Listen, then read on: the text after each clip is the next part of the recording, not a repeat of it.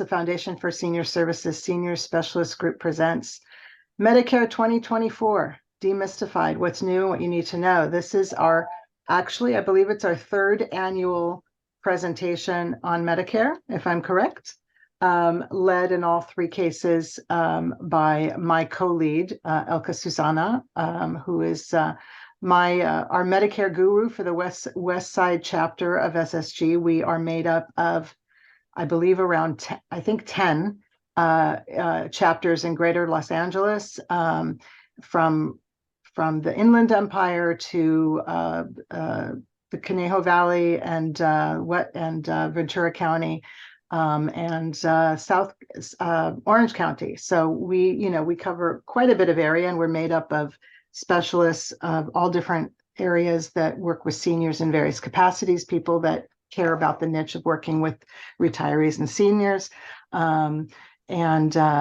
I myself am a seniors real estate specialist, and like I said, I'm the co-lead with Elka for the West Side chapter, which is our little family. So let's tell you a little bit more about the mission of the foundation.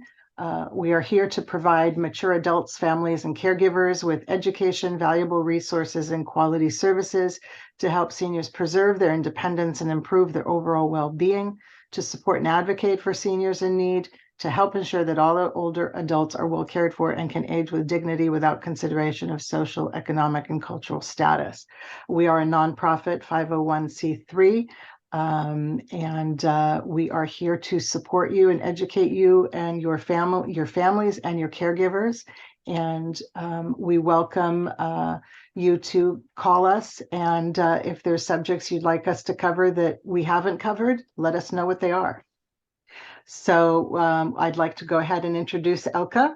As I said, Elka is our Medicare guru in the West Side chapter of the Senior Specialist Group. She's my co-lead, my right hand, and I'm really thrilled to have her as part of the chapter as well as part of the foundation. And she has a lot to share and does so in such a warm and compassionate way that we are all lucky to have her today. Thank you so much, Michelle. I also want to make note that all of the presenters today are really amazing at what they do. Doris and Katerina, we've been working very closely the last couple of weeks together on putting this presentation together, and their knowledge in the Medicare space is very vast. And one of the amazing things about being part of the foundation, and what I love, is that all our professionals, whether they have to do with insurance or, like Michelle, real estate, or whether it's an estate planner or someone that helps you, advocate for patients, all of our professionals are all senior focused and are all vetted professionals in the community. So if you are looking for other types of professionals to assist you or your loved ones, just know that the foundation offers a great resource for you and your family. So I'm going to talk, we'll just get started. I want to know if any of these images look familiar to you. You may have seen Mr. Bill Shatner in the past, William Shatner, talk about Medicare on commercials. We have JJ Walker. And then we've got, of course, oh my gosh, I forgot his name. Joe Namath. Joe Namath. Thank you, Michelle. Joe Namath. So these were commercials that were flooding. If you were on the news, cable, local, they were flooding your TV all the time. And I'm sure you were also getting a ton of emails and things in the mail, all talking about Medicare. But if you've noticed, a lot of these have died out. You're not seeing them as much as you used to. And a lot of that has to do with us as brokers advocating for Medicare recipients, saying, look, these are misleading communications. These are people who are not looking out for the best interest of the members. We've had, and not just me, any Medicare broker that you speak to will tell you that they've had clients who unknowingly had their insurance switched on them. And a lot of them have to do with these misleading commercials. So we're happy to say that through our advocacy and supporting our clients, a lot of these have died out and heavy regulations have come in. That said, we know that you're still getting bombarded. with callers. So what I'm going to start with today is something that we put together on how to stop getting unwanted calls from telemarketers. This doesn't necessarily need to be just about Medicare. If you know, you probably got calls about your extended car warranty, or you might be getting calls saying that they're calling from a government agency. So what I'm going to teach you here is how to stop and how to report those unwanted calls. The way that we figured the best way to make this stop is through the FCC. I actually attended a training by the woman who allowed me to share these slides with you today. Her name is Amanda Bruton. She has a company called Medicare Answers Now out of the Midwest. And she designed this to help our clients and also to show CMS, which is the Centers for Medicare and Medicaid Services, that the brokers, the independent brokers, the ones who are not at the call centers, are not the ones doing harm. It's the people that are working at these call centers that are very aggressively trying to get your business.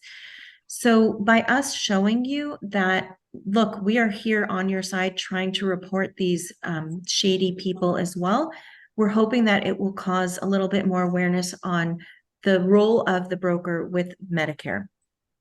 So the FCC is where things will happen. That's where all the changes will take place. So we'll go right into how you make this happen. First of all, you need to know what calls are not permitted. Right now, any calls made prior to 8 a.m. or after 9 p.m. is immediately prohibited. Also, if you are on the Do Not Call registry, if you're listed on there, and I'll show you how to register yourself, then you are not allowed to get any unsolicited calls, even if it's in the middle of the day. Also, people cannot call from fake or spoofed numbers, and I'll explain what that means. And of course, anyone pretending to be part of Medicare or another government agency, that is not going to be allowed. So spoofing is a term which describes somebody falsifying their information. So sometimes you will see a number come up and it'll say, you know, it's your daughter's number, or it's your another business that you work with, a company, a government agency. But when you answer the phone, it's somebody else. That's called spoofing. And that is straight up a scam. That is immediately you'll want to take down the information on the business, and you can report that person. So that's what spoofing means. It's basically saying they're spoofing the number to look like a number you would recognize. So here's how you file a complaint. And I have a video on a couple following slides, which will actually show you how to do it in real time. So if you are listed on the Do Not Call registry, you are going to, hold on, I just see, sorry guys, I see some people in the waiting room. We're going to add, okay. If you're listed on the Do Not Call registry and you've requested, you have not requested any information from that particular agent or Medicare provider, then those companies are in violation of the FCC. So an example of that would be if you made an outgoing call and you called someone and asked them to return your call, well, then they had permission to contact you. If you signed a form that gave them permission to call you, you gave them permission to call you. If it's your insurance provider, they're allowed to call you, you're a client of theirs. But if it's a different company and you've never requested anyone to reach out to you, then and you are on the Do Not Call registry, that is a straight up violation of the FCC. There's no cost to file a complaint. And in order to file a complaint, you can do it either online. There are printed forms. You can fax it in, you can mail it in, or you can call in your complaint as well. Online is what I'll show you today. It's really the simplest way to do it. And then there is a phone form as well. And I know that there are a few people that have joined us a little bit late. So just to kind of let you know, right now, all we're talking about is how to file a complaint if you are receiving unsolicited calls. So here's a video that I'm going to play. If you do not hear the volume after I push play, if somebody can just let me know. So now I'm going to show you where to go to register your phone. Check if you are already registered. and how to report unwanted phone calls. So the first thing you're going to do is go to donotcall.gov. That will take you straight to a landing page, which is pretty easy to understand.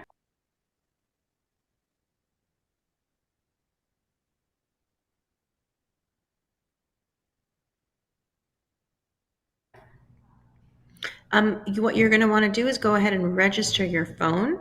That's going to be the first part. When you click on this, it will ask you if you want to verify. It's possible that you've already registered. You only need to register your phone once. So you can verify your registration. Once you click verify, if you think you may have done this in the past, then you go ahead and put in whatever phone numbers you want to verify. Make sure you put an email address and you'll click submit. Even if this isn't the same email address you used initially, it's just going to email you and let you know, yes, these phone numbers are registered, or this one is registered, this one we couldn't find.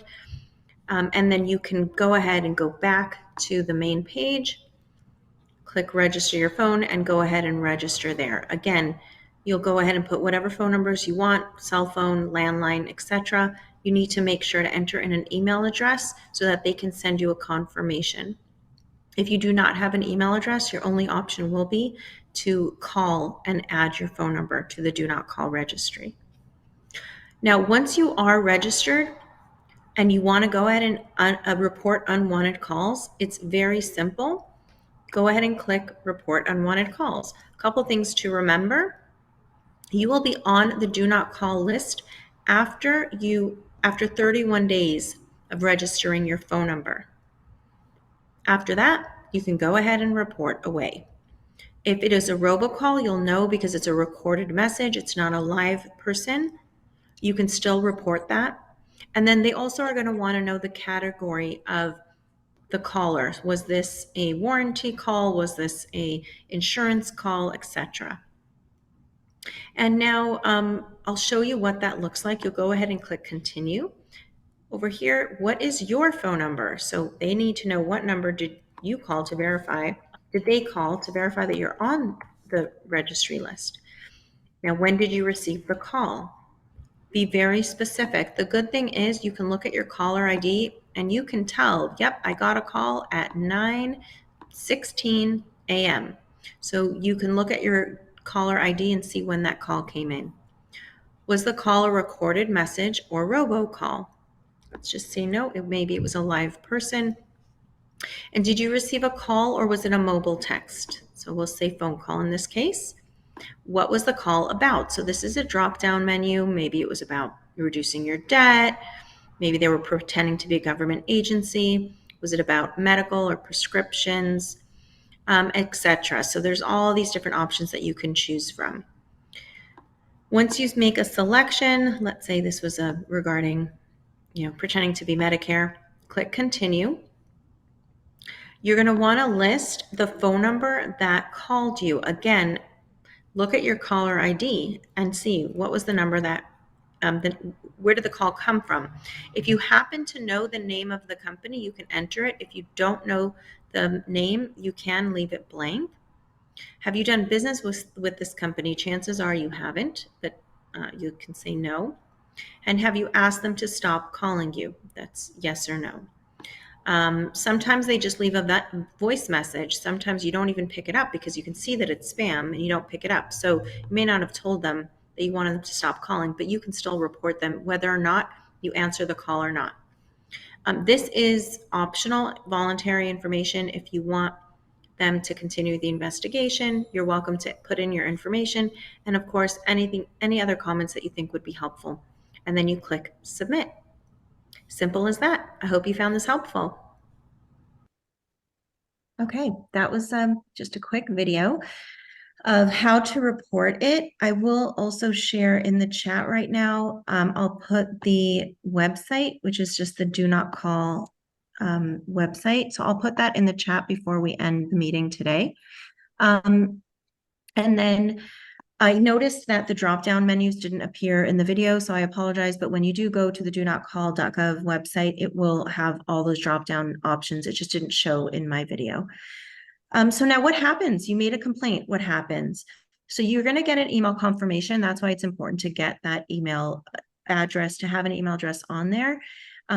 If you wanted to, you could follow up. If you feel like you're getting consistent calls from the same person, you should know these complaints are taken very seriously, and each and every complaint is a $10,000 fine. The auto warranty business, and it doesn't matter, by the way, if the call comes from a call center out of the country or if it's a local number, they will track it. The FCC really does take these complaints very seriously. So if we want these scammers to stop in their tracks, a $10,000 fine per person is going to make a very big dent in their business, and they will stop. So the FCC will go ahead and reach out, make sure they're going to review it to see if they are true complaints. If you are on the do not call registry, if the person had permission to contact you, they will have to prove that. And then they have to respond within 30 days. So we are trying to promote that seniors are number one being taken advantage of.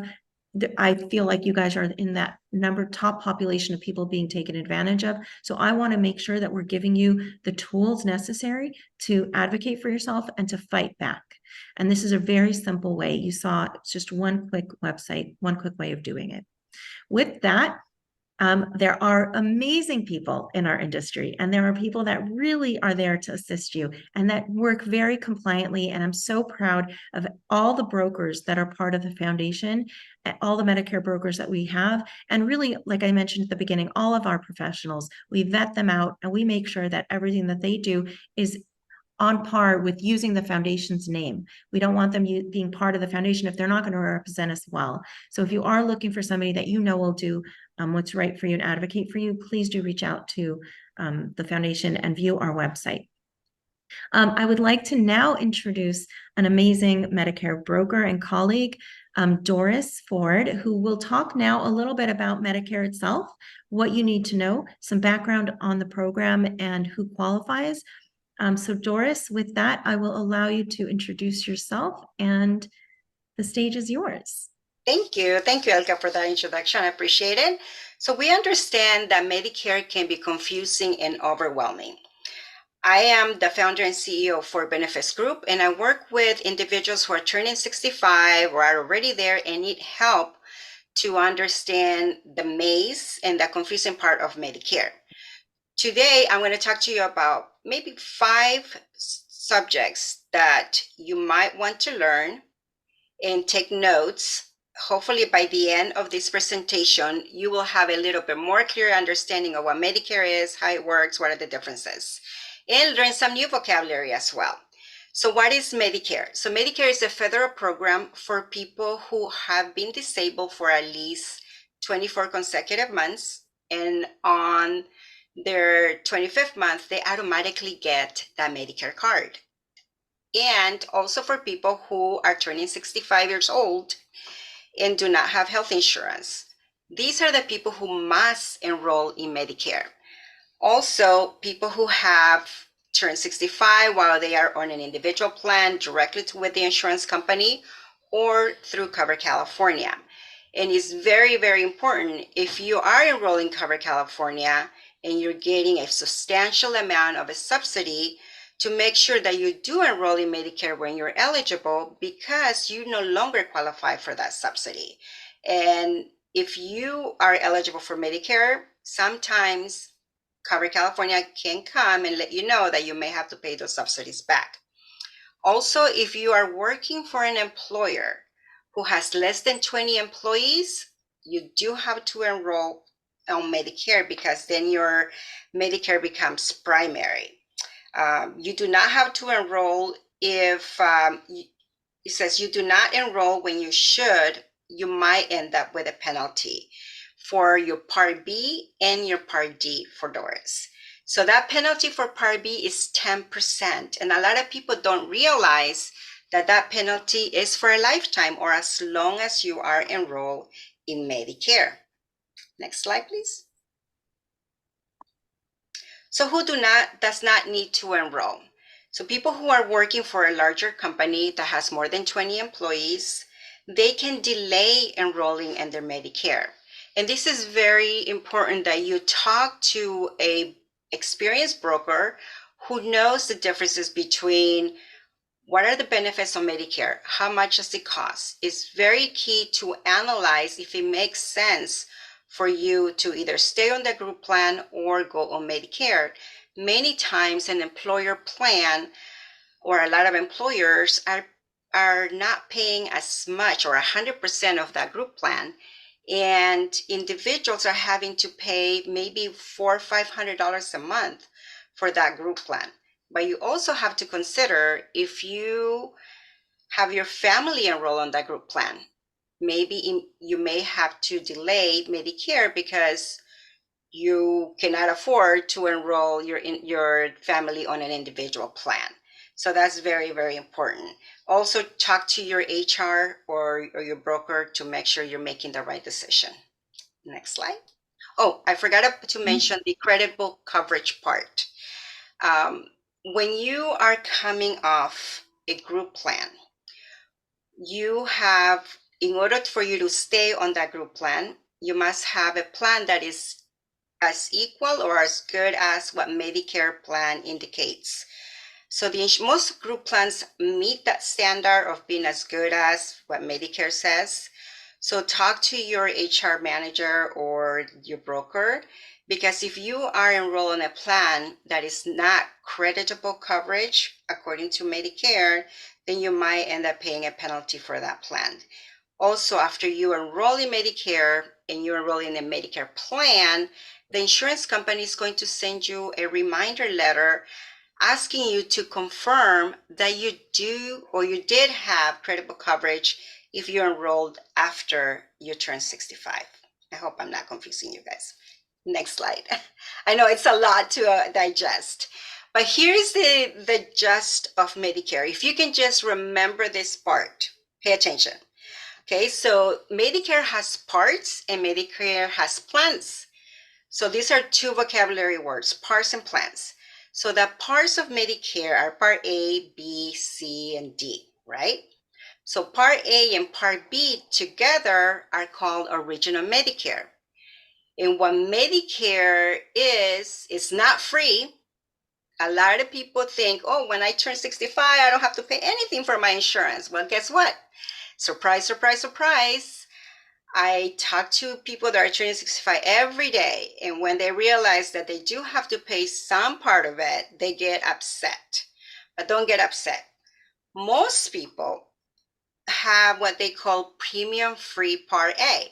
So that means they're not paying anything for your Part A, and your Part A is your hospital insurance. Part B is your medical insurance, and most people do have a premium with that, and we'll get to that in a minute. But just remember that Medicare or Original Medicare does not cover everything. And for that reason, you have choices. You can either go on the right side with a Medicare Advantage plan or on your left side with a Medicare supplement or a Medigap policy. And in addition to Medicare not cover everything, it does not cover prescription drugs. So if you decide to just keep your original Medicare A and B, you must also purchase a prescription drug plan.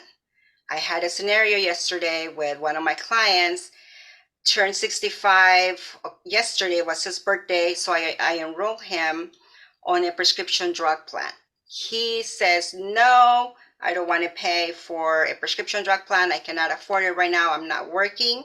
So I gave him all the options that he has. Okay. In that scenario, somebody that just turned 65 and their Medicare Part A and B has an effective date of October 1st, they have a 6-month window to enroll in a Medicare or a Medigap policy. But if they want to enroll in a Medicare Advantage, it will be 60 days from the Part B effective date. But lucky him, we're going into what we call the annual open enrollment, which starts October 15 through December 7. And this is for people who already have a Medicare Advantage or a prescription drug plan to enroll or make changes to that plan. So, like I said, you have choices. I strongly don't recommend that you just keep the original Medicare because your out-of-pocket costs can be unlimited. And for every benefit period that you're in the hospital, and the benefit period is for 60 days, let's say I'm in the hospital January 1st to, and I'm there for a week. Then I go back again in April. So 60 days have passed, and then I have to pay that deductible again for the hospital. So Medicare covers, Part A covers your hospitalization, your room on board, and it covers your inpatient stay while you're in there, the nurses that come see you, covers the skilled nursing facility, hospice, and limited home care. But it doesn't cover the doctors that come in to see you while you're in the hospital. For that, the Part B is the one that covers the doctors that come see you while you're in the hospital, and everything outpatient, like your doctor's visits, the labs and x-rays that I order by your doctor, any outpatient surgeries, emergency care, and durable medical equipment. And this is the part that has a premium. On the Part B, I forgot to mention that Medicare covers 80% and you pay 20% after a deductible. And Medicare or Social Security has this chart that's called the IRMA chart, the Income Adjustment Related Amount, that they decide how much you're going to pay for your Part B based on your income taxes from 2021 or 2 years prior. So if you're single and you're filing and your income or adjusted gross income was less than $97,000, then for 2023 it's $164.90. This amount changes year over year, and it usually goes up slightly. The official numbers have not been released by Medicare yet, and the new chart has not been released yet as well. But if you're married and filing jointly and your adjusted gross income is greater than $194,000, then you'll probably be paying more. So these are a snapshot of the incomes for 2023 for somebody that turned 65 this year. So there you have it. The next slide, I'm going to introduce Katarina from Bright Start to talk to you about the gaps of Medicare. Thank you.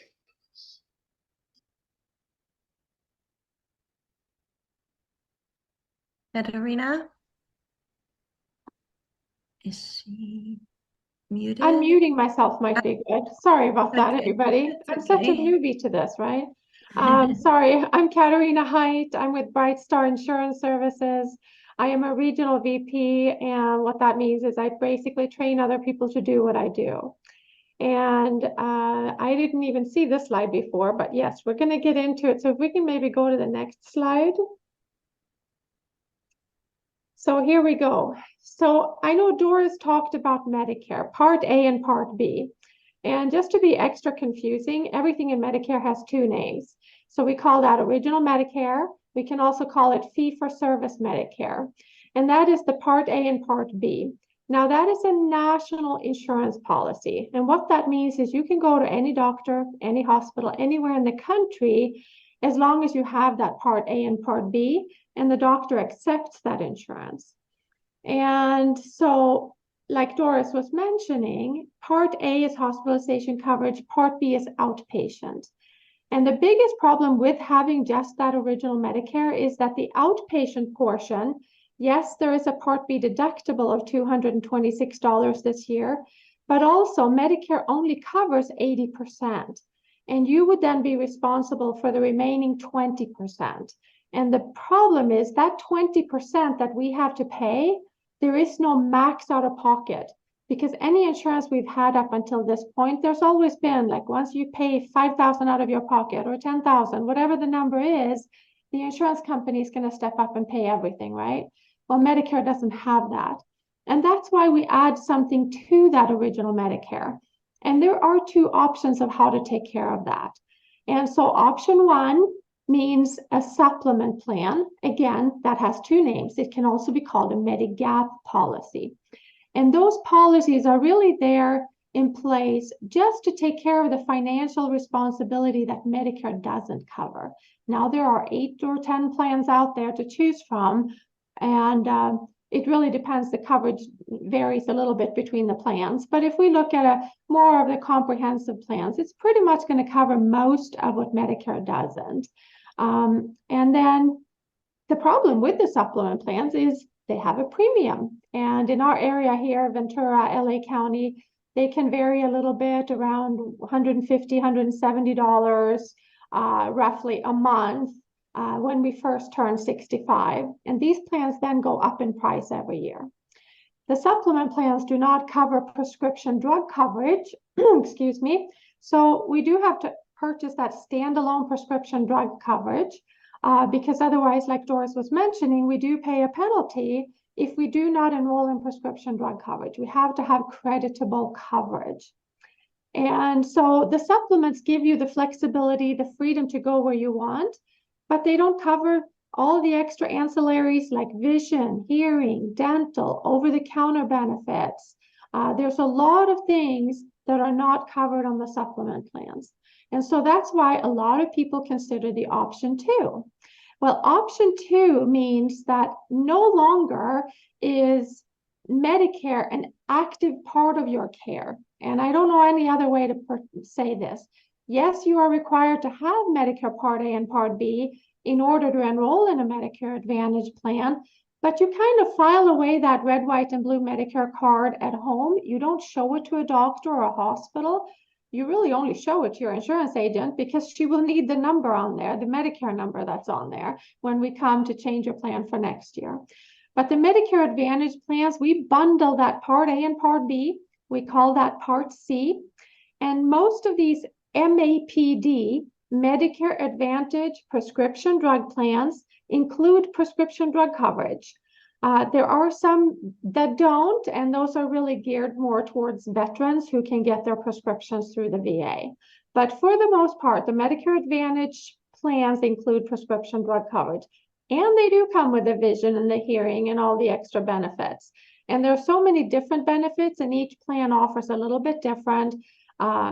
For very, very low income people, it can include money towards your grocery bill and utilities and over-the-counter benefits and all kinds of things. And now I'm going to tell you something that's very confusing. And this is the biggest thing that people struggle with when they first enroll in Medicare. Because up until we turn 65 or up until we qualify due to disability, we have known that you can have either an HMO or you can have a PPO plan. And when we move into Medicare, HMOs and PPOs now end up on the same side of the spectrum because there are Medicare Advantage plans that are HMOs and there are Medicare Advantage plans that are PPOs. And the HMOs are where you have a primary care doctor. He refers you to where you need to go. And if you need a procedure or a surgery or something, there is an approval process that has to take place.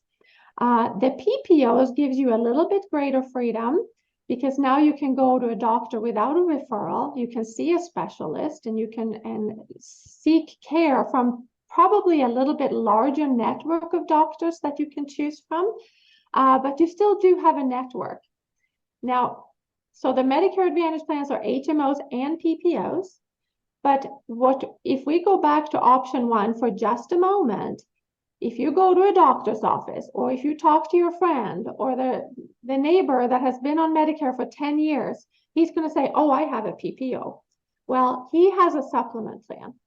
Everybody out there that I meet, they call the supplement PPOs because we have been trained from day one, you have HMO and PPO, and the PPO allows you to go where you want, right?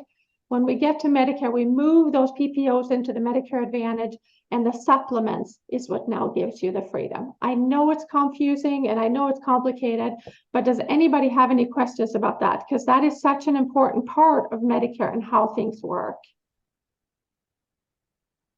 Or we can go questions afterwards. Let's go on, Elka, for a second here. We'll see what the next slide offers us. We can always leave the questions to the end. Yeah, we can. So when we talk about prescription drug coverage, yes, you are required to have it, so we don't pay a penalty. That penalty is 1% of the national standard plan per month that you are not enrolled. And what that basically comes to currently, and that changes a little bit as the standard plan with Medicare changes, but currently, if you're without drug coverage for a year, roughly $4, $4.50, something like that, in the ballpark anyways, will be added to your prescription drug premium every month for the rest of your life. That penalty never goes away. And we will have prescription drug plans next year that cost near nothing. So there is no reason to not have a prescription drug plan. And there are other credible coverage that you can have for your prescriptions. If you are still working or you have a group insurance, that is credible coverage. You don't pay a penalty if you decide to retire later than 65.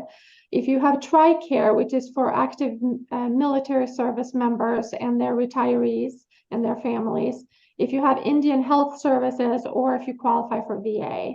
So those are all credible coverages, and you will not pay a penalty. All right.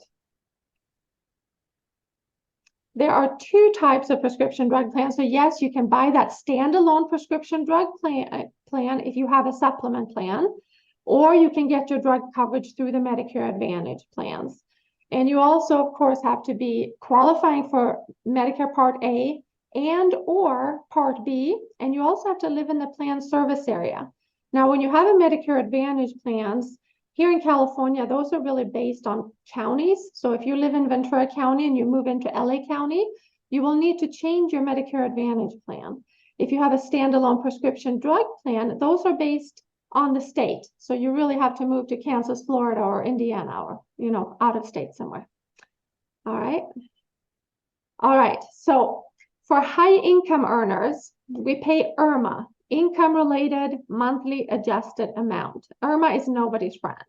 So if you make more than, as a single person, 97,000, or as a filing jointly more than 194,000, you will pay, and this is not a penalty, it's just you pay a larger percentage of your Part B, like Doris went through, and you also pay an additional cost for your Part D for your drugs. So if I quote you, let's say $20 for a drug plan, and you are in the category of making, as a single person, 100,000, let's say, well, then you pay an additional $12.20 to that premium that I just quoted you. So now your premium is, if I said $20, now it will be $32.20 a month for that premium. All right, so you can see if your income is high, you can see you're going to pay a lot of money maybe. All right. All right, I got to take a sip of water before we get into this. So, Take your time. I know. This is a whole science. So welcome to Medicare, because once you get into Medicare, there is a structure that has been decided by the government. Every single prescription drug plan out there follows this same structure. And so the way it works is, if you take prescriptions in the beginning of the year, you have to meet a deductible. Next year, in 2024, that deductible can be up to $545. It doesn't have to be that high, but it can be.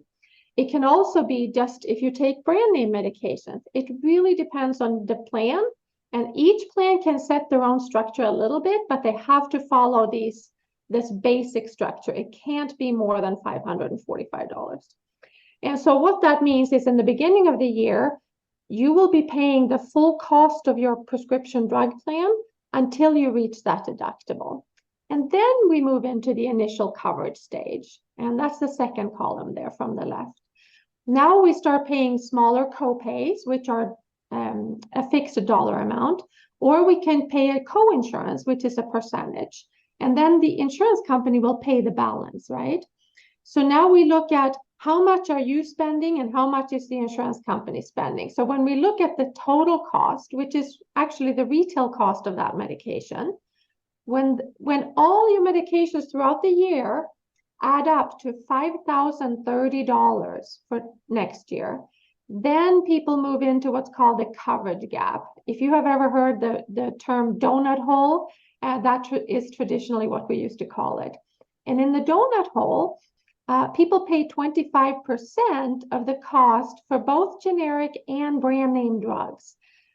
And when you are in the coverage gap, the pharmaceutical companies in this country have agreed with the government that they will discount up to 70% for brand name medications that you take, not the generics, just the brand names. And so in order to get to the next stage, which is the catastrophic coverage stage, we start looking at how much money have you spent out of pocket throughout the year. So if we go back to the deductible stage, how much money did you spend there? How much money did you spend in the initial coverage stage? Not what the insurance company paid, right? Just what you paid. And then we also look at what the 25% cost added up to, but you also get to count that 70% discount that the pharmaceutical companies give you as money coming out of your pocket. And when all those expenses add up to $8,000, that's how we end up in the catastrophic stage. And this year, if you are in that category, you are paying a smaller copay while you're in the catastrophic stage. For 2024, that copay is going to go to zero for generic medications and brand name medications. That was part of recent laws that were passed. So it's lighting up a little bit, and there's even more things coming in 2025. But we're going to leave that to next year's presentation. I don't want to ruin that one just yet. And then we continue in that catastrophic coverage stage until we get to the end of the year. And January 1st, we're back in the deductible stage. All right. I hope everybody kept up with that, because it's the most confusing thing to describe when it comes to Medicare. But if you call Elka or Doris or myself, when we put in your medications and we can show you how your actual structure works throughout the year, it starts making a lot more sense. So let us help you figure this one out when we can put in your specific medications, okay? All right. Now we will pass it back to Doris. Oh, there we go. Doris is back on the stage. Thank you, guys. Katarina. You did an amazing job explaining all that. I know it's so confusing. I know there's a lot of Yes. confusion about that. Thank you. I know. So hopefully you can now know the difference between a Medicare Advantage and a Medicare Supplement. But the most important thing is the enrollment periods.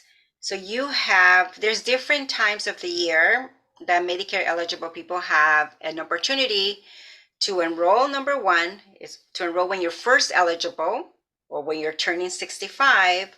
You have a 7-month window. It's either 3 months before your birthday, the month of your birthday, and 3 months after. The other enrollment period is what's going to start happening in a few more days, October 15th through December 7th. That's called the annual enrollment period. And that gives you an opportunity to switch plans if you already have which ones. Can anybody unmute themselves, and which plans can you change during the annual open enrollment? Or you can put it in the chat to make it easier for you. Can you switch your Medicare supplement during annual open enrollment, which is called AEP, October 15th through December 7th? And can you switch a Part D? Yes or no? Put it in the chat. We're going to have to send a little gift to whoever answers first.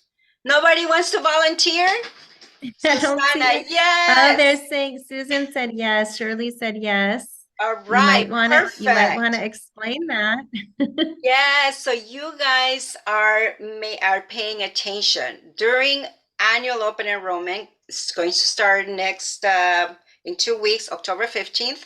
If you have a Medicare Advantage plan or Part C, and you have a prescription drug plan, yes, this is the opportunity to switch your plan if your plan doesn't make sense anymore for you. So talk to your broker or agent, and the changes will go into effect January 1st, okay? So that's 2 enrollment periods. We talk about the initial, when you first turn 65, where you have the opportunity to enroll in Medicare and on a Medicare plan. The next enrollment is the AEP, annual enrollment period or election period, which starts October 15th through December 7th. The third one is a special enrollment period. And what does that mean? So a lot of people have this opportunity to make a change to their plan. One, if they move from one state to the other, or if they are They delayed their Medicare because they were working for a large employer and they did not get a penalty because they had credible coverage. The government gives you an opportunity to enroll in Medicare Part A and B. And if you are receiving assistance from your state Medi-Cal program, in California it's called Medi-Cal, and also if you have been diagnosed with certain qualified disabilities like a chronic condition, you have the opportunity to switch one plan. And most people who have a chronic condition are enrolled in a Medicare Advantage plan or Part C. Or I think if I said if you're retiring and you're losing your group coverage, you also have a 8-month window to enroll in a Medicare plan. So make sure you take note of those. There's also another opportunity. Let's say you forgot that I mentioned October 15th through December 7th, and you wanted to make a change. The next opportunity you will have will be from January 1st through March 31st of the following year. So if you make a change in January, your plan will be effective February 1st.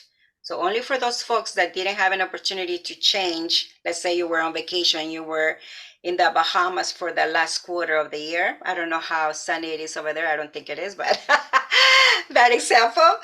Then you can do it again in January. So don't lose faith. There's still opportunities to make changes. So talk to your broker. Next slide. Oh, hang on. There we go. And should I take this one too? Yeah, go ahead. Okay, so the Medicare open enrollment period. So when somebody turns 65 or they got their A and blue card that has an effective date of a specific plan, you have a 6-month window to enroll in a Medicare Advantage plan or a Medigap policy. Make sure that you don't miss that window because there's something called a guaranteed issue enrollment. What does that mean? It means that pre-existing condition, if I had diabetes, any other chronic condition, cancers, the insurance companies cannot deny me coverage because I had an illness or a sickness prior to enrolling. But if after 6 months from my Part B effective date, so if my effective date was January and I want to enroll in a Medigap policy in July, I missed that window already. Okay, so don't miss that window. Very, very important, because you can choose any plan with any insurance company, any Medigap policy. And Medicare supplements are standardized. So most of the Medicare supplement plans are priced differently with every insurance company, but the benefits are almost identical, except some little bells and whistles. Next one. I think Medicare supplement guarantee issue situations, if you lost your coverage or you're moving to a new area like out of state, you have the availability.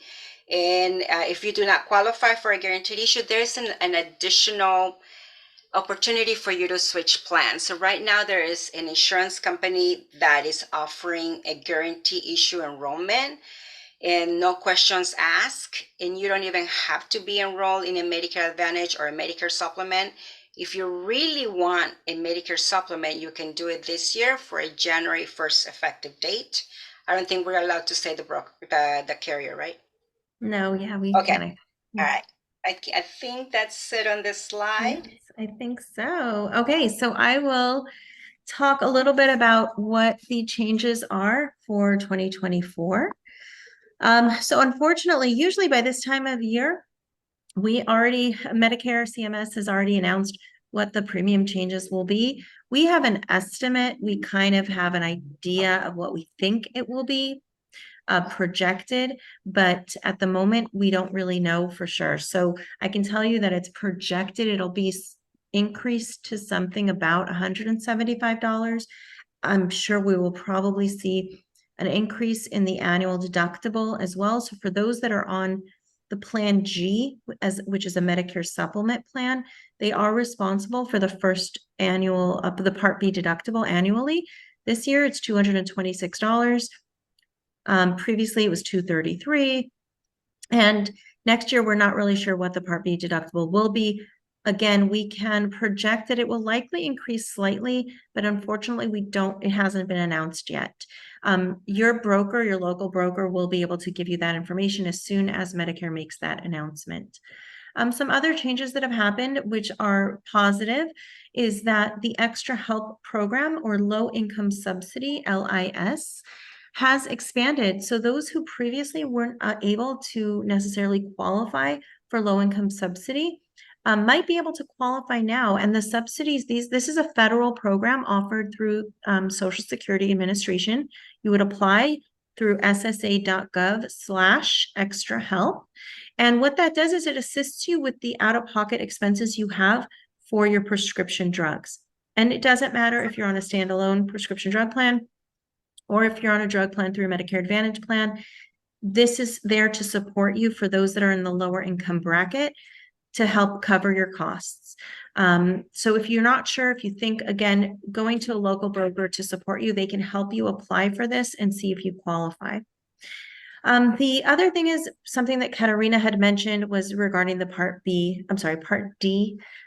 She was mentioning that there was an average Part D premium that changes from year to year. That cannot increase due to the Inflation Reduction Act. They can't increase it more than 6%. It doesn't mean that your premium on your Part D plan will not increase by more than 6%. We have seen a drastic changes on a lot of carriers. Some have reduced their premiums tremendously, and some have over doubled their premiums. But on average, the average rate for the US cannot increase more than 6%. And next year, they're saying that it's going to be $34.70. So why is this important to know? If you pay a penalty, if you have a Part D late enrollment penalty, that is the number that they will go by. You will be paying 1% of the national average, and that's the $34.70 for next year. The other reason why it's important to know is that if you do qualify for the low income subsidy, you're going to want to choose a plan that participates in the Extra Help program. And if that premium for that Part D plan is more than $34.70, if they charge $40 or $36, your premium will be covered up to $34.70. Again, these are the kinds of things, these are the intricacies that a broker can help guide you on. And that's why it is important to talk to somebody who's knowledgeable. And then also we wanted to make you aware that something called a scope of appointment form, the 48-hour rule, has returned. This is something that we used to have a couple years ago, and they have now brought it back. The concept of the 48-hour rule is as follows. If somebody reaches out, or if you reach out to someone and you would like them to quote and enroll you into a plan, they would like you to have a cool down period to make sure that you really understand the plan that you're enrolling in and the person that is assisting you. The concept was to help ward off these call centers that are aggressively calling you and reaching out to you. But what's happening is it's really affecting our ability as brokers to be able to quote and enroll you on the spot. So very likely, if you're talking to somebody who holds compliance to a high standard, they might say to you, look, I know you want to set an appointment. We have to do that in at least 2 days from now. And I'm going to send you this form to complete, which will allow me to discuss the plans that you want me to discuss with you. So don't be surprised if that happens. That is not a scammy thing. They are following the rules. So I just wanted you to be aware, if somebody says, I need you to complete this form before I can discuss the plans with you, they are following the rules. Some other changes, a couple reminders. So if you haven't heard about the Inflation Reduction Act, it has been on the news quite a bit the last couple of years. Just a reminder of some of the changes that we had this year because of that has been that insulin coverage has reduced to $35, and that is regardless of deductible, regardless of catastrophic coverage, gap, coverage gap, all that stuff. It is capped at $35. Now, those aren't the insulins that come in vials or sometimes in pens. Not every insulin is covered. with that particular drug company. So you need to make sure that we run your, what's called a formulary is a list of medications. We run that to see if, is your insulin participating in that $35 cap? I had a client who takes one insulin and it would have cost him $600, but the alternative was $35, and he asked his doctor and the doctor said it would be fine. So he switched over his prescription. So it's important to know what prescription plan you're on and what it will, if it participates in that insulin savings program. The other thing is there's no out-of-pocket expense for vaccines. So prior in 2022, we had a lot of clients that were getting the shingles vaccine, excuse me, and they were paying hundreds of dollars out of pocket for that. So in 2023, it's now covered 100%. Now, some changes that are happening in the future. So 2024, I already mentioned, they are stabilizing the national average, which will not exceed more than 6% per year. Again, that does not mean that your monthly premium will not increase by 6%. It just means that they will not allow the national average to increase. Also, in 2024, so starting this coming year, once you hit the catastrophic phase, you will no longer have any out-of-pocket expenses. That's great news, because for those that are on very expensive medications, if they enter the coverage gap, those phases that Katerina had shown us, the coverage gap there where they're responsible for 25% of the cost, once they hit that ceiling of that catastrophic phase, at that point for the remainder of the year, they're no longer responsible as long as their prescription is on the formulary. And then the maximum out-of-pocket on drug Part D for 2025, so this is now 2 years ahead, will be capped at $2,000. I want to mention that, it is a great thing. We're really excited about it. But what we're seeing already in next year, based on a lot of these costs reducing to the members, unfortunately, the insurance carriers are finding other ways to compensate their loss, because they are now responsible for that cost. You're not paying it, but someone is. And so we are very much anticipating, we've already seen a lot of increases tremendously on drug premiums, as well as copays on prescriptions that normally would be maybe a $0 copay are now costing $10 copay, and so on. So we are already seeing these changes go into effect for 2024. I don't know, we can't predict what it will look like in 2025, but just be aware, reviewing your plan annually has never been more important than it is now. So whether you're on a standalone prescription drug plan or whether you're on a Medicare Advantage plan, you absolutely need to review your coverage once a year. And then the last part is drug negotiation. So this has also been on the news a lot. If you've seen some of these medications listed below, and if you know anyone who's on these medications, you know that they are paying a tremendous amount once they hit that coverage gap. So the government is trying to negotiate the cost. There have already been lawsuits filed by the pharmaceutical industry against these drug cost negotiations. So we will see how this pans out. But the concept is that the US should be able to set limits on some of the costs of these prescriptions to help reduce the cost for seniors that need them. And they work. These are fantastic prescriptions. It's heartbreaking when we hear as brokers where somebody says, I can't afford to pay for my prescription. I just can't. You do have other opportunities, and we help you find ways that you might be able to help get manufacturers discounts, working with programs like GoodRx, or Mark Cuban has Cost Plus, or even working with vetted pharmacies out of the country, such as Canada. We do offer opportunities to try to help, maybe getting samples from your doctors. I would never say don't take a medication because you can't afford it. Your health is also equally important. So really try to see, maybe there are ways that we can help reduce your costs if it does become unaffordable.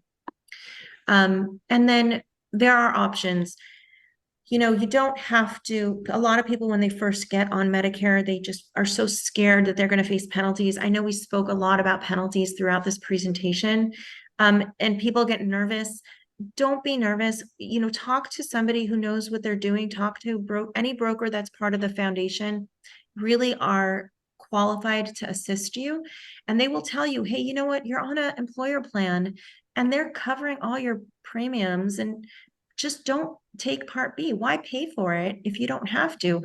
And a lot of times if you're working, you might be in the higher income category, so your Part B wouldn't even be at the base. You might be paying more for Part B, and it would just be like for naught, because your group insurance would be primary if you're on a large group. So really talk to someone who could help you and give you that peace of mind to guide you throughout the process. And then communicate with them once you have a change in coverage or a change in need. You can, of course, you can stay with your retiree plan if it's applicable, although people who have TRICARE or VA, we do recommend that they get Part A and Part B. Your other options, again, once you have Medicare, is to enroll in a Part C Advantage plan, which would embed the Part D coverage in it. And that, like Katarina said, could be either an HMO product or a PPO product, or you can enroll in a Medicare supplement plan with a standalone drug plan. And also know that they don't have to be the same company. So sometimes you might be with ABC insurance for your supplement, but you'll be with XYZ for your drug plan. And that's okay. You don't have to be with the same ones. The only other thing I want to mention before we wrap it up is there has been a lot of disruption happening. There's going to be a lot of disruption happening, in 2024. And what I mean by that is there are a lot of medical groups who are changing who they want to work with in terms of insurance. So your current insurance plan may not be accepted with that hospital system that you've been used to going to starting next year. Or they may have added new programs that they never worked with before. But I have seen the estimates are about 55,000 people in Southern California alone will have some type of network disruption, meaning their insurance will be changed or their primary doctor will be changed. You are getting notices. So if this affects you, you would have already received a notice from your health plan or from your medical group letting you know that you need to make a selection, or we will make one for you. So if you have any questions, if you're unsure, please do reach out to a broker that can help you. Again, that's what we're here for, and we don't charge anything for our services. Some things that you'll need to know, again, we want to prepare you for what types of questions we would ask. We want to know what's important to you. Do you want a plan that will offer you the ultimate flexibility, or are you looking to save on cost? You need to know, when will your Medicare start? We're going to ask you if you already applied for Part A and Part B. We're going to ask you if you're taking retirement benefits. We're going to not want to know what zip code you're in, because the plans do change depending on your zip code. Do you have a primary doctor that you like to work with that you want to be able to keep? Are there a list of specialists that you want to be able to see? Sometimes people tell me, you know what, my primary doctor just refers me to my specialist, but I don't want to lose my cardiologist. Anyone can refer me to my cardiologist. I don't care. So we like to know, because if you're going to go with a plan that keeps you tied to a specific network, we need to make sure that everyone is talking to each other. And then, of course, we're going to need a list of your prescription medications and anything else that might be important to you. You might say, I just want to make sure that I can continue to go to this gym. You know, my health is very important and I want to stay healthy, and this gym is really important to me. Can you find me a plan that will give me coverage there? Or I need a plan that's going to give me a little extra support. I need an oxygen equipment. I need a sleep apnea equipment. What are those costs going to be? So whatever benefits are important to you, you'll want to make sure you explain that to your broker so that they can do a thorough review. The difference between being a broker, someone like us, versus if we only represented one carrier, if we just worked with, like I said, ABC insurance, then when we sit down and review your needs, we're only going to discuss ABC insurance options. But as brokers, most of us are certified and can discuss multiple carriers with you. I'm certified with 15 different carriers. I think Doris is certified also with probably a good 10, Katarina as well. So what we do is we review your needs, and then we find the plan that is best suited for you. With that, we will open up to any questions. I know we discussed a lot right now, so feel free to, let me check the chat and see if there were any questions here. Sally mentioned that she works with LAUSD. So a lot of these government programs that through counties offer their own retiree plan coverage. Generally, we say stay with that, because if you're retired and you drop that plan, you might you can't go back. And we would review it and compare what dropping your retiree plan would look like compared to if you went on to Medicare directly. But generally, if you're on a county plan, especially with the LAUSD, we usually kind of stay hands off on that. But of course, we're always happy to review and compare for you. And then I think Susan asked if your medication changes that you can make changes yearly. So I did answer that question in the chat. You're not obligated to make a change, but something that you need to know is the insurance plans do not ask you permission if they can make a change on you. They are making changes based on what they need for their budget and for their costs. So if they need to raise the cost of a certain medication or drop a medication altogether, they're not asking Susan's permission or my permission to do so. They're going to do it, and they're just going to send you an annual notice of change and tell you, here, read this document and figure out how we're changing the policy on you from year to year. So read that annual notice of change and see how it affects you. Or again, it's our role as brokers to review that for you and to say, look, based on what's going on next year, this is what we would recommend. And many times we might say, just stay with what you have. You're already on the best plan that's suited for you. But having that peace of mind of knowing, you know what, I had my review, I'm good to go. I'm going to ignore all these solicitations that come my way because I've already spoken to my licensed independent agent. So I hope that answers that. Elka, this Yes. is Susan Perez. I have a question. Sure. I took a lot of notes on this, but you had mentioned like the gap, also known as the donut hole. And Right. but is that the same thing as scan? So the coverage gap, the stages that Katarina explained, those are regardless of what insurance you have. So you could have a Part D plan standalone, or you can have SCAN, which is an HMO Medicare Advantage plan. Those coverage stages are set by Medicare, and they are standard for every carrier. So I'm if going to be you're 65 though in March. Do I have to make all these? Like my questions were, what is scan? Is a coverage gap, aka also donut hole? Does it have to be decided in the initial sign up? What is silver script? And what happens after 7 months? So my question is, my husband's on this call too, and Okay. I'm a year older than him. So he's like, well, you pick it and then I'll follow you. I'm like, hey, heck no. I want to find this out. Well, let me tell you why. I'll tell you, such great questions. I love it. And I love your energy, and welcome, husband. So I'll tell you that everybody is different. So you definitely want to talk to someone who can explain to you very clearly what SCAN is. All three of us are contracted with SCAN Health Plan as well as others. So we can explain to you what SCAN is, and as well as other products, because you might say, well, I didn't realize that that's what that was, and I might want something different. The other thing is, we get this a lot where people say, well, I'll just put me on the same plan as my spouse, or put me on the same plan as my neighbor. She loves her plan. Let me just get that. Well, every single person is different, including you and your husband, you and your cousin, and you and your, sister. That we're all different people, and we all have different needs. And so why that's important is because we will review each, your situation. I have many spouses that one is on one plan and one is on the other. Okay. I have a lot of couples who the husband, let's say, or the wife has a lot of health concerns, and they need to be able to have that flexibility to see anyone they want.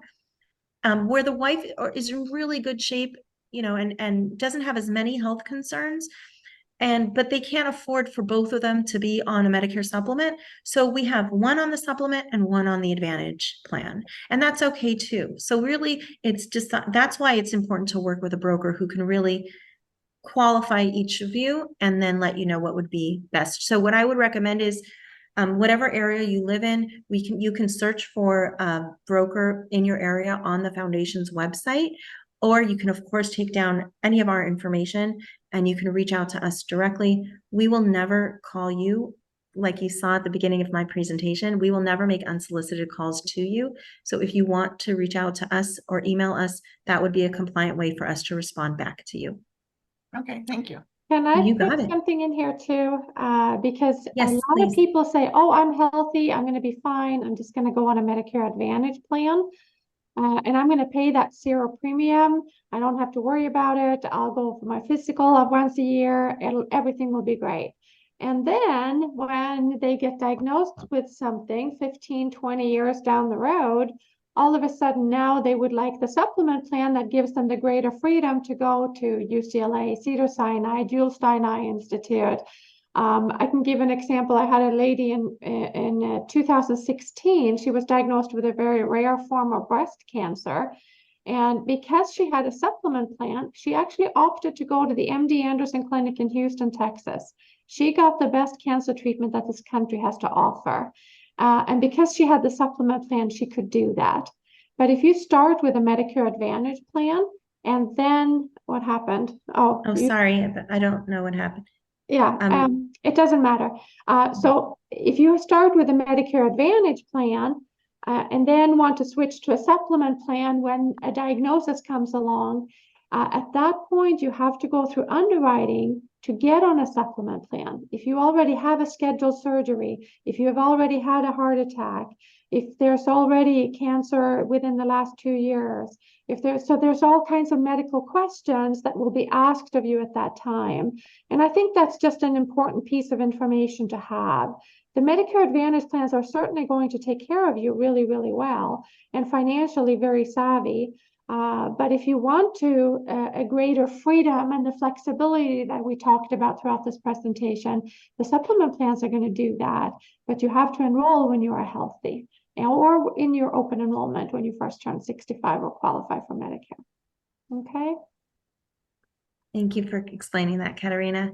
Yeah. And of course, we do, if there are any other questions, please do. But if you're going to ask questions, I should have said this at the beginning, make sure that they're generic. So I do have a question about the age. You keep saying 6 months and 3 months. So is it 3 months before you turn 65 or you have 6 months? I know there's like a 1% penalty after the 90 days of 65. So ideally, is it 3 months before or right when your birthday is? Well, that's the confusion, isn't it? So Yes. when you first turn 65, you have 3 months before your birthday month, the month of, and 3 months after. So it's really a 7-month window. But if you want to enroll in a Medicare supplement plan, you can do that starting 3 months before your birthday, obviously, but you can also extend it 6 months past your birthday. So, and then if you leave a group insurance plan, you actually have up to 8 months to get on a Medicare plan. So it really is confusing, isn't it? Yes. So, but that's why talking to an agent and a broker, and even I've done this for 15 years now. I still look up the special enrollment periods. I still look up, is it 2 months? Is it 3 months? Is it 8 months? How long is it? And I always verify to make sure we don't mess it up because it is so important. And there's so many numbers to keep in your head, and I don't want to make a mistake. You know, that's really important. So thank you. We double check and verify everything in Medicare. That's just how it is. It looks like Joyce, you had your hand up. I do. I have a question. Somebody just texted in. If somebody is needing surgery and it's open enrollment period and they, excuse me. What's going on? We're getting a national. We're all getting a notice of some kind of a test. And you don't have that surgeon in your current network. Are you able to make a change before scheduling your surgery that might be needed within the next month or two? That's a great question. And that's exactly what Katarina was talking about, is that a lot of times we get calls from people who now they were on a Advantage plan and now they know they need the surgery. Like she said, her client who wanted to go to see the specialist. And then they're like, well, now remember you spoke to me about that flexible plan. Well, I want it right now. I need it right now. And unfortunately, that's not always something that, and generally you cannot, especially if you've been told that you need a surgery. that's an automatic denial. Now, something that Doris mentioned, and this is something we cannot predict, it is something that happens every couple of years. There are Medicare supplement plans that every so often will say, we have an underwriting holiday, meaning we're going to allow anyone to join us, no matter what. They could be going through dialysis, they could be going through cancer treatment. We don't care. We will accept you, but that change won't happen until January 1st. There are other ways, like a PPO. It could be an alternative, because then they might be able to switch depending on, again, talking to a broker to find out, are there any special elections that you would qualify for that we could make a switch that, so PPO is an example of where if they're out of network, you would just pay the out of network rates. And generally the PPO rates, even if you're paying 20% or a higher copay, they're limited. There's a cap to them. So you're not like going to pay 20% of $100,000 and you're going to be out of pocket $10,000. They're usually limited. So again, there are options. If somebody wants to talk, I really suggest talking to somebody who knows what they're doing. And that issue between PPO versus supplement and the confusion when PPO moved over to the other side. Yes. Give a practical example of maybe a difference in cost, because a lot of people think PPO is really the way to go if they're not already in an HMO. Do they really need a supplement? And I understand about out of network situations, but how much cost difference is there if you add a supplement on in general terms? A supplement plan, do you mind if I take it, Elka? Go ahead, Katerina. Yeah. A supplement plan is, when you first turn 65, it's about $150, $160, $170 a month. And then that goes up maybe 4, 5, 6, 7% every year. So it does increase $10, $12, $15 depending every year. But once you have a supplement plan, you pay that premium. Really all you pay if you go with a plan G, like Elka mentioned before, all you pay is that Part B deductible, which this year is $226. And everything else, as long as it's considered medically necessary, you will be covered for. A PPO is a Medicare Advantage plan, and those plans are more you pay as you go. There's a $5 copay to see a doctor, or $90 to go to an emergency room, or $300 to spend every day in the hospital for the first 5 days. So depending on what your situation is, and I'm really just giving general suggestions, but you do spend a copay or a coinsurance as you use the services on a Medicare Advantage plan. And if you stay in network with a PPO, you're probably going to be in the $3,000, $4,000, $5,000 range as max out of pocket. But if you do go outside of that network, even for just a specialist visit once in the year, your out of pocket maximum is now all in the out of network range. And it can vary between $8,500 and I've seen up to $11,000, $12,000 per year. Well, in Ventura, yes. In LA, Yes. There's some great 5,400 max in and out of network. I've seen those. Yes, you are so right. You are so right. Yes.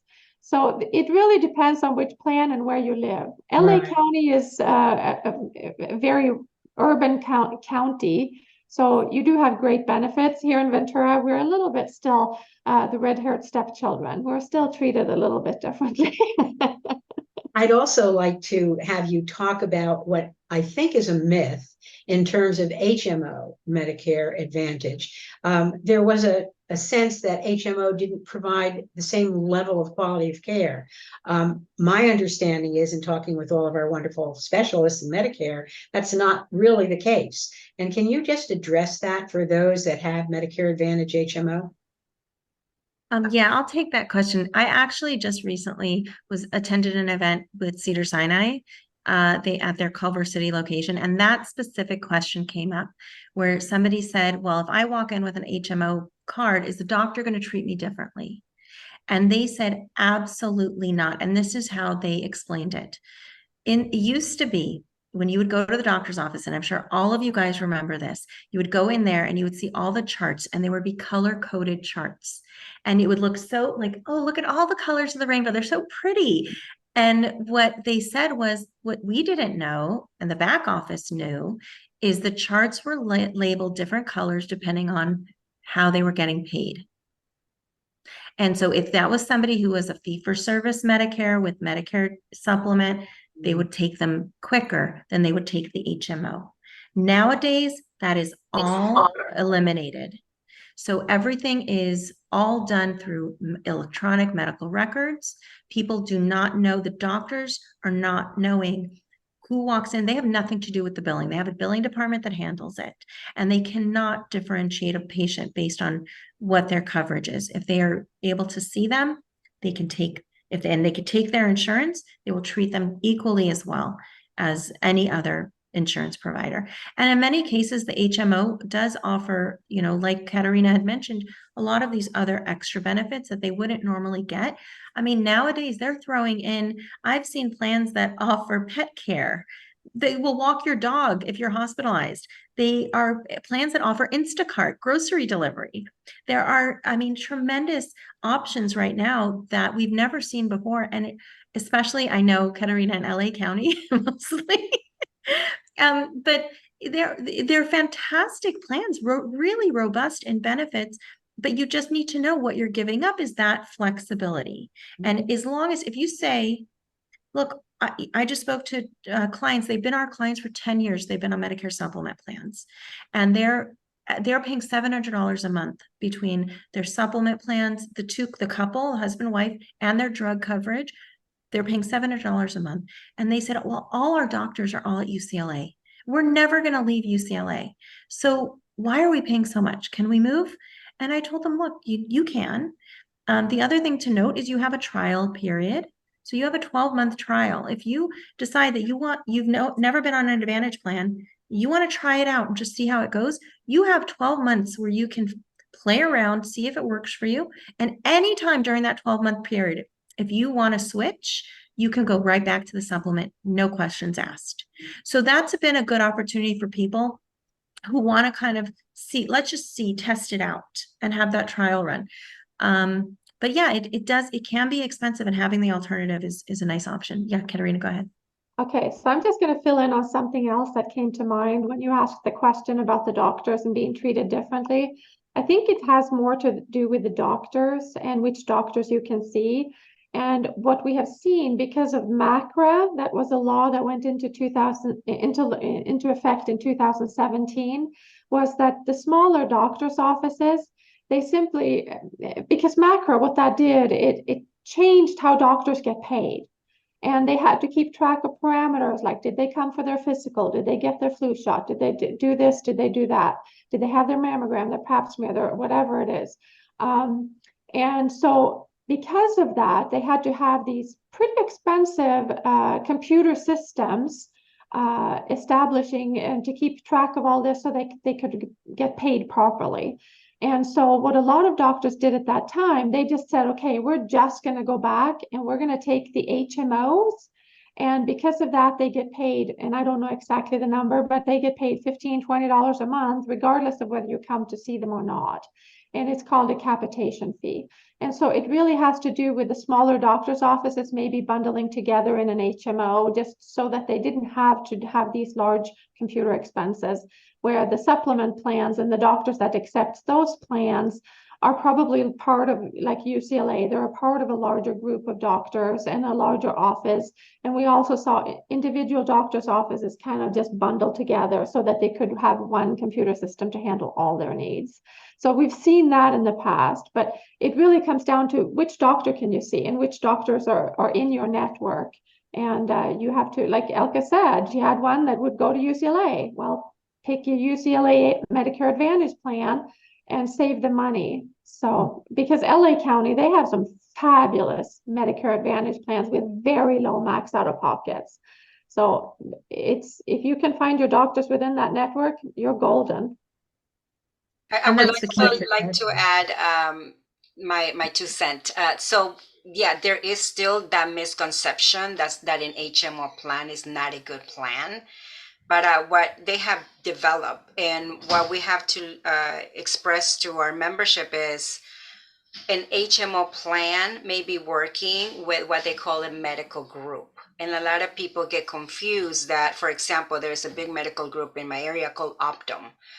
An Optum medical group has a set of doctors that work there, and that group is contracted with different insurance companies.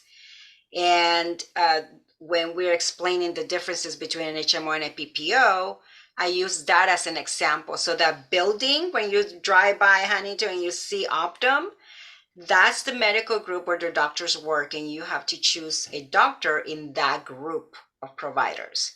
And there's another term called IPA, in the Independent Physicians Associations, and that's another set of group of doctors that work in a building who contract with a different insurance company. And these doctors they're just coordinating your care. And these are the doctors that are going to give you a referral to your specialist. But the care is great. It's not like below par as it used to be known back in the day. Like 20 years ago, when I got in the industry, it was like HMOs were the worst. Nobody wanted an HMO. But then at that time, PPOs were so affordable. Right. You know, now it's like they're side by side. It's still like you're getting great care. Thank you. So Great we're getting information. to, I would say if we didn't answer your question today, please reach out to the foundation. Let us find a broker in your area that can assist you. And we, you know, like you can see, Katerina is really a specialist in her neighborhood. I'm a specialist in my neighborhood. Doris is a specialist in hers. And we have many other vetted Medicare professionals in your area. So we can always find someone for you if you're interested. And I'm going Alka, to share real quickly, on that point, may I jump in and introduce Cynthia Preby, who I see on the call? She's our Yes. wonderful Medicare specialist in the South Bay chapter. So, Thank you, Cynthia. So And I right think on this Janine was call, on here. we have 4 wonderful Yeah. specialists, and I'm glad you were able to join us. And when you look at our upcoming classes, I think there's a Medicare that's being done in person out in South Bay as well. Yes, let me share that screen because we have we'll mention really quickly about I don't know, Michelle, if you wanted to. Yeah, I'll be glad to go over one of our other programs.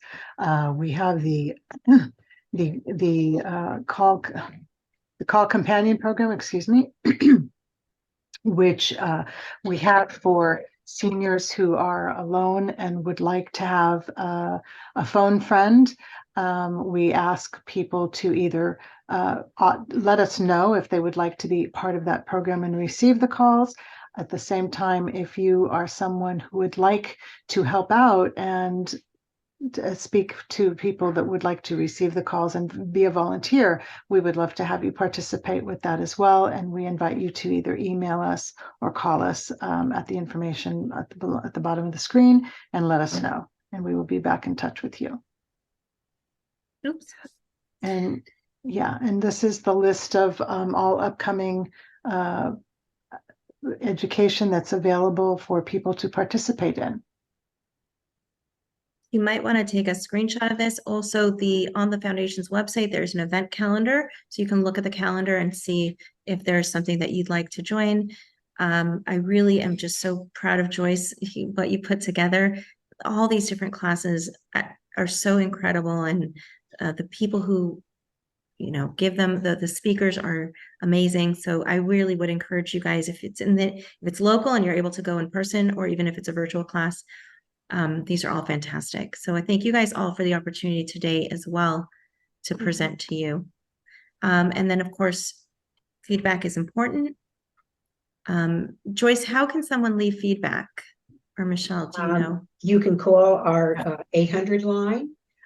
You can contact any of the specialists that you've met on any of our programs to give us whatever feedback you might have, both positive and constructive, in ways we can do things differently. We get a lot of our classes do come from calls from participants and asking us to put together a curriculum with specialists that have been certified by the foundation. So just pick up that phone, email any of us, go to the website. You can find a specialist or request a class.